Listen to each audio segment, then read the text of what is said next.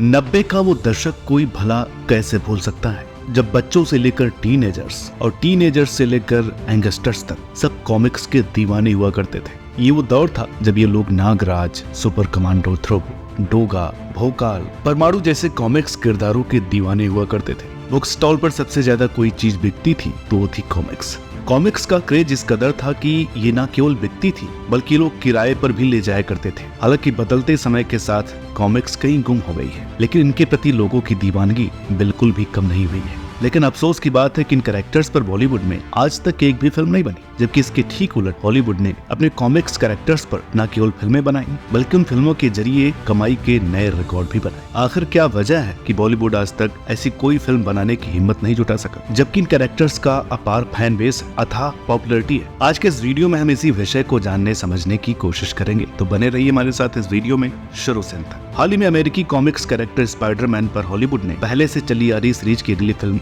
Release की, जिसका नाम है Spiderman across the spider Verse. ये फिल्म अब तक $663 मिलियन की कमाई कर चुकी है। इंडिया टुडे की 3 जुलाई को प्रकाशित एक रिपोर्ट की माने तो रिलीज के 1 महीने के अंदर ही फिल्म ने इंडिया में 53 करोड़ की कमाई कर ली थी। इसके साथ ही ये फिल्म इंडिया में सबसे ज्यादा कमाई करने वाली एनिमेटेड फिल्म बन चुकी है। वही वेबसाइट की माने तो इस सीरीज की सबसे ज्यादा कमाई करने वाली फिल्म है स्पाइडरमैन नो वे होम, जो 2021 में रिलीज हुई थी और फिल्म ने बॉक्स ऑफिस पर $1910 मिलियन की कमाई करके नया इतिहास बनाया था। वहीं सुपरमैन सीरीज की सबसे ज्यादा कमाई करने वाली फिल्म थी Batman versus Superman dawn of justice. ये फिल्म रिलीज हुई थी 2016 में और इसने कमाई की थी $3,303 मिलियन।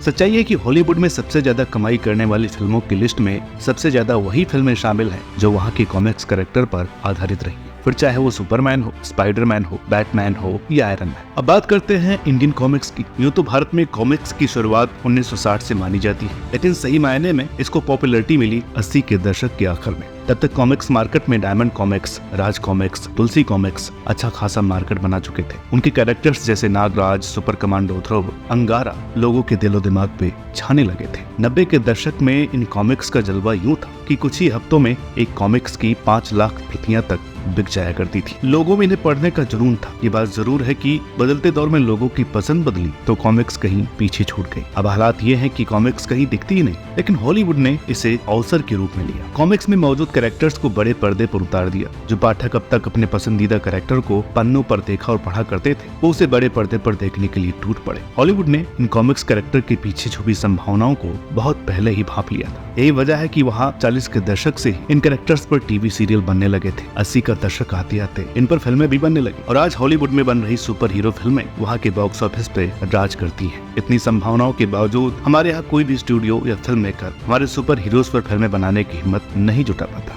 आइए अब सिलसिलेवार ढंग से समझने की कोशिश करते हैं कि वो कौन सी चीजें हैं जो हमारे फिल्म मेकर्स को हमारे सुपर हीरोज पर फिल्में बनाने की राह में रोड़ा बन रही हैं। Number 1, budget. सुपर हीरोज पर फिल्में बनाने के लिए बहुत बड़े बजट की जरूरत होती है। हॉलीवुड की सुपर हीरो फिल्म का बजट औसतन $100 मिलियन से $300 मिलियन तक होता है। हाल ही में रिलीज हुई film Spiderman across the spider verse का बजट $100 मिलियन है। वही 2018 में आई मार्वल स्टूडियोज के एवेंजर्स इन्फिनिटी वार का बजट था $400 मिलियन।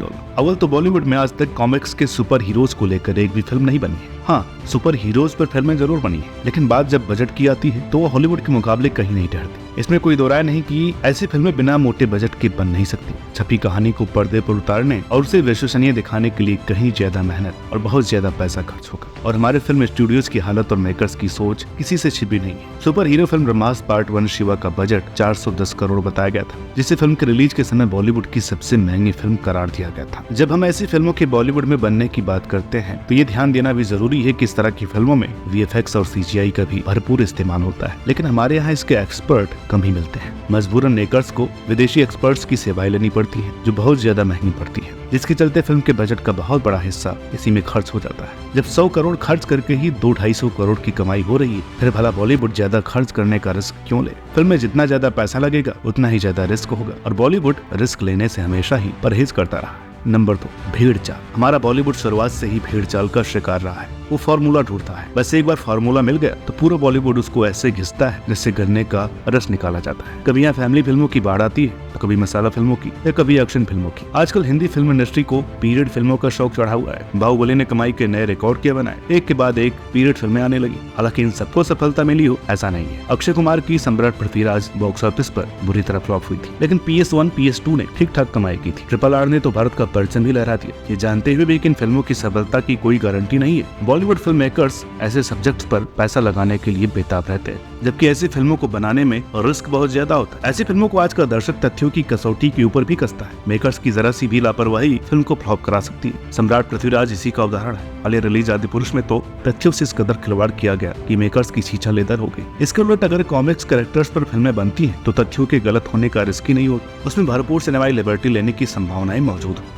मेकर्स अपने हिसाब से उसे तैयार कर सकते हैं, लेकिन भेड़चाल का शिकार बॉलीवुड अंदर से शायद इस कदर कमजोर हो चुका है कि वो किसी भी तरह का रिस्क लेने में डरता है। नंबर 3, कॉमिक्स हिस्ट्री से अनजान बॉलीवुड। एक और बात जिसकी संभावना से इनकार नहीं किया जा सकता, क्या बॉलीवुड कॉमिक्स के इतिहास से वाकिफ भी है? ये वो सवाल है जिसमें हमारे सवाल का जवाब छुपा हो सकता है। आजकल इतिहास को जानने वाले लोग कभी बचे हैं, जो है भी उन्हें अधकचरा ज्ञानी है और उन्हें अभी भ्रम है कि जिन्हें उतना ज्ञात है वही अंतिम और वही सत्य है। आदिपुरुष के स्क्रिप्ट राइटर मनोज मुंतशिर शुक्ला ने भगवान श्री राम से जुड़े तथ्यों और कथ्यों को किस कदर तोड़ा मरोड़ा था, ये किसी से छिपा नहीं। फिल्म पर मचे हाय तौबा के बाद तो उन्होंने खुद को इस कदर एक्सपोज कर लिया कि उनके ज्ञान की कलई खुल गई। यहाँ तक कि सम्राट पृथ्वीराज के डायरेक्टर और स्क्रिप्ट राइटर सत्य प्रकाश द्विवेदी से भी फिल्म में इतनी बड़ी चूक हो गई कि वो फिल्म पर भारी पड़ गई। चाणक्य जैसे सीरियल को लिखने और डायरेक्ट करने वाले द्विवेदी भी चीजों को सही तौर पर दिखाने में विफल रहे। आज के दौर के लेखकों की बात ही क्या करें। आज के लेखकों ने वो दौर शायद ही देखा हो जब कॉमिक्स खरीदने के लिए बुक स्टॉल में लाइनें लगा करती थी। आज के लेखक तो अंग्रेजी स्कूलों में पढ़े हुए स्टूडेंट हैं, जो सोचते तो अंग्रेजी में फिर उसे हिंदी में ट्रांसलेट करके लिख देते हैं। इन्होंने कॉमिक्स पढ़ी या देखी होगी ऐसा नहीं लगता है।